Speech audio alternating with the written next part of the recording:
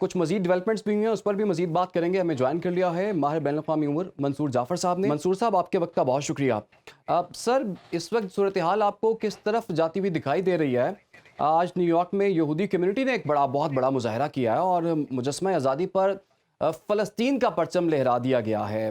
اس کی کتنی سمبولیکل امپورٹنس ہے، اور جو عالمی طور پر کوششیں کی جا رہی ہیں جنگ بندی ہو جائے، آپ کو لگتا ہے کہ جنگ بندی آنے والے کچھ دنوں میں ہو جائے گی؟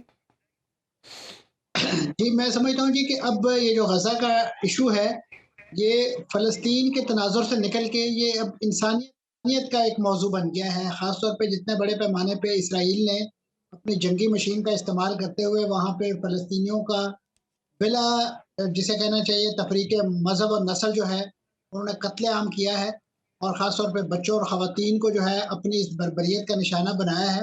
اس کے بعد سے تمام جو باضمیر اقوام ہیں اور خاص طور پہ انصاف پسند اور آزادی کے لیے جدوجہد میں یقین رکھنے والے لوگ ہیں، حلقے ہیں، ادارے ہیں، وہ تمام کے تمام اس وقت جو ہیں وہ اس فلسطین کے اور خاص طور پہ جو اہلیان غزہ ہیں ان کے ساتھ ہم آواز ہیں.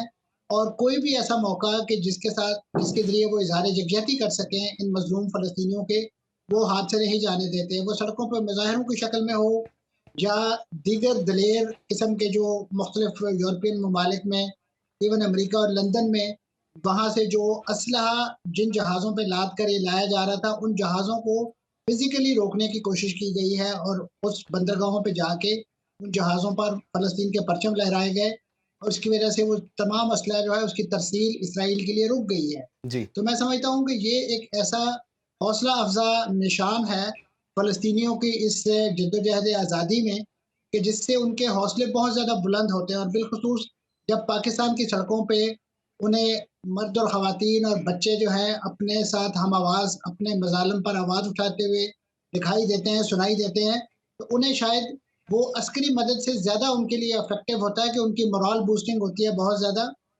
اور اسی وجہ سے میں سمجھتا ہوں جو پیرلل ڈپلومیٹک ایکٹیویٹی ہے وہ بھی زیادہ مومنٹم گین کرتی ہے کہ جب سٹریٹس گرم ہوتی ہیں تو ان ملکوں کے جو رسپیکٹو ڈپلومیٹک سرکلز ہوتے ہیں، جو وزارت خارجہ ہوتی ہے، جی. جو دیگر ان کے فیصلہ ساز ادارے ہوتے ہیں، ان کو بھی ایک لحاظ سے جسے کہنا چاہیے ہوش کے ناخن وہ لیتے ہیں. یہ آپ نے ٹھیک کہا ہے ہمارے کہ عوام اگر آج سفارتی طور پر کوششیں ہوں تو اس کا بھی ایک امپیکٹ ہوتا ہے، لیکن اس کا امپیکٹ ہمیں جنگ بندی کے طور پر نظر نہیں آ رہا. منصور صاحب، آپ بھی ہمارے ساتھ ہی ہیں. جی.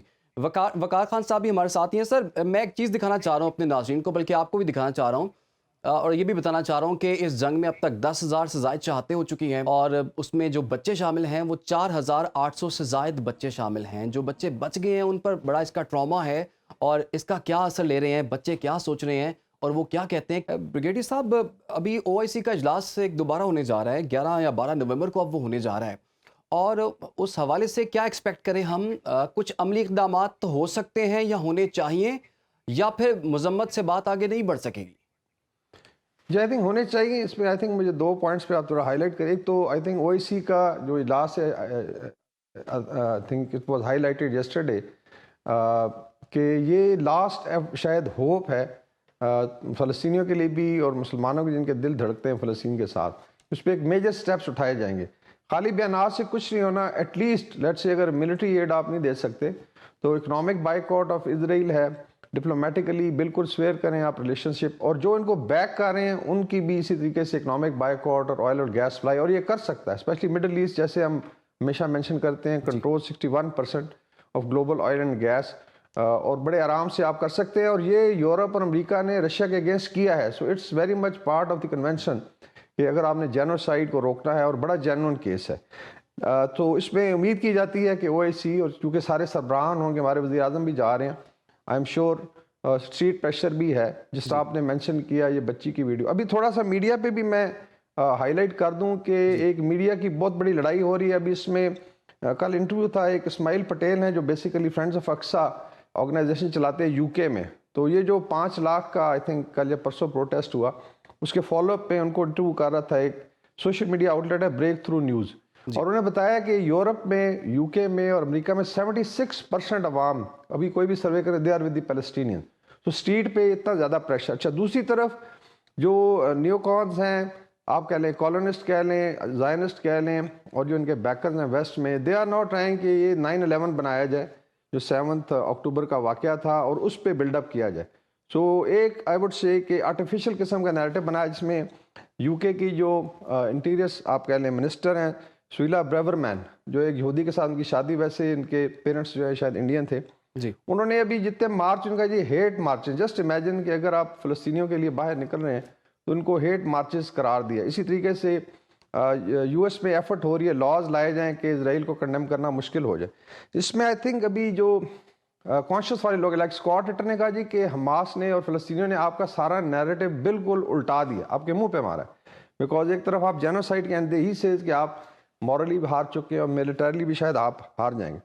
سو اس لحاظ سے ابھی آپ دیکھیں لائک آپ نے مینشن کیا آسٹریلیا کی سینٹ میں میرون فاروقی ہیں جو ایک سینیٹر ہیں, انہوں نے اٹھایا اور شی سیڈ کہ یو آر ہارٹ لیس, گٹ لیس اور کاورڈ ہیں آپ لوگ. جو آسٹریلین لیڈرشپ ہے کہ آپ کے سامنے اسیسینیشن میسیکر ہو رہا ہے, بچے شہید ہو رہے ہیں اور آپ کو کوئی پرواہ نہیں ہے. So I think this is again a very major development کہ جس پہ اسٹریٹ پریشر جو ہے شاید کام کرے, آپ کو لیکن لگتا ہے کہ اسرائیل کی اسٹریٹ پریشر ہردرمی جو ابھی تک ہے قائم ہے. وہ کام کرے؟ دیکھنا ہوگا وہ اسٹریٹ پریشر جو ہے وہ کب کام کرتا ہے. منصور جعفر صاحب, یہ جو غزہ پر عالمی جو شٹل ڈپلومیسی کا کوئی نتیجہ ابھی تک نظر نہیں آ رہا ہمیں, اور سلامتی کونسل میں پاکستان کے نمائندے نے یہ بات کہی ہے کہ پاکستان جو ہے وہ غزہ کے تنازع میں فوجی طور پر شامل نہیں ہونا چاہتا, یہ بہت خطرناک ہے. سر یہاں پہ سوال یہ پیدا ہوتا ہے کہ پاکستانی نمائندے کو یہ بات کرنے کی ضرورت کیوں پیش آئی؟ کسی حکومت نے ابھی تک فوجی طور پر شامل ہونے کی بات نہیں کی, لیکن پاکستانی نمائندے نے یہ بات کی. آپ کے خیال میں اس کی کیا وجہ ہے؟ دیکھیں جی, جو اقوام متحدہ میں سفارتکار ہیں, یقیناً ان کا جو ڈومین ہے وہ سفارتکاری ہے. وہ جو فوجی بلڈ اپ کے حوالے سے یا جو فوجی مدد کے حوالے سے نہ تو ان کا مینڈیٹ ہے, اور انہوں نے اس حوالے سے میں سمجھتا ہوں جو اپنا چارٹر آف ڈیوٹی ہے اسی کے اندر اسی پرویو میں جو ہے یہ بات کی ہے. تو لہٰذا اس کا مطلب یہ اخذ کرنا مناسب نہیں ہے کہ شاید یہ آپشن ہمارے آن کارڈز نہیں ہے یا ہمارے زیر غور نہیں ہے. اور ماضی میں آپ کے علم میں ہوگا کہ بہت ساری اسرائیل کی جو جنگیں تھیں, فلسطین کے اسرائیل کے خلاف جو جنگیں لڑی گئی ہیں, اس میں بالکل ٹیسٹ انداز میں خاموشی کے ساتھ جو ہے آپ کی فضائیہ کے پائلٹ جو ہیں وہ وہاں پہ اردن کے ہوائی جہاز جو ہے وہ اڑاتے رہے, شامی جہاز اڑاتے رہے, اور انہوں نے اپنی دلیری اور بہادری کی داستانیں جو ہیں وہ اسرائیل کے جو ہے فائٹرز کو گرا کے رقم کی ہیں. اور اس پر پچھلے دنوں ایک بڑی سیریمنی میں ان دلیری اور بہادری کے جو مظاہرے کرنے والے جو پاکستانی پائلٹ تھے ان کو انعامات جو ہیں وہ بھی دیے گئے ہیں.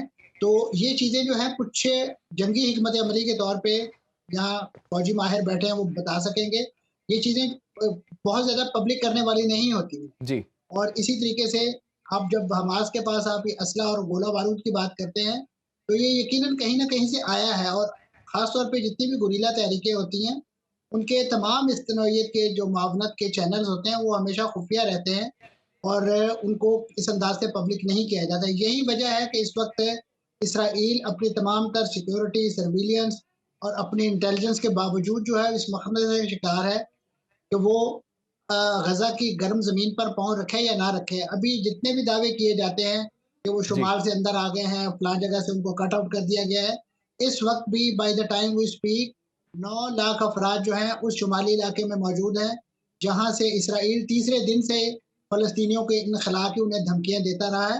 تو فلسطینی اس چھوٹے سے جو علاقے میں کہاں جائیں, کس جگہ جائیں, ان کے لیے تو جگہ کوئی محفوظ ہے نہیں. تو لہٰذا وہ کہتے ہیں بالکل. جب مرنا ہی ہے تو پھر اپنی جگہ اور اپنے گھروں کے اندر مریں, تاکہ کم از کم اس دربدری میں تو وہ ان کی موت واقع نہ ہو یا وہ شہادت سے ہمکنار تو نہ ہو. تو یہ وہ سچویشن ہے. اور خاص طور پہ جو ڈپلومیٹک فرنٹ پہ ابھی بات جو تمام امیدیں مسلم فرنٹ کے حوالے سے وہ OIC کا جو سربراہی اجلاس ہے, میں سمجھتا ہوں اسے بہت پہلے بلا لینا چاہیے تھا. اس سے پہلے جو خارجہ لیول پہ یا خارجہ وزراء کے لیول پہ جو اجلاس ہوا اس وقت اگر یہ سمٹ سربراہی سمٹ ہوتا تو میں سمجھتا ہوں کہ کم از کم ٹھیک, ہماری طرف سے ایک اگریسو ڈپلومیسی ہوتی, ٹھیک, کیونکہ اسرائیل تو اپنے دوسرے دن سے ہی جو ہے جنگ کے دوسرے دن سے ہی ہے وہ ملٹری ڈپلومیسی یا گن ڈپلومیسی پر اتر آیا ہے نا, کہ بالکل. انہوں نے اپنا تمام کا تمام بحری بیڑے وہاں بھیج دیے. پھر ان کے جو ڈپلومیٹک آفیشلز آتے رہے, چاہے وہ وزیر خارجہ ہوں, وزیر دفاع ہوں, وہ بھی ان کے ساتھ صرف اور صرف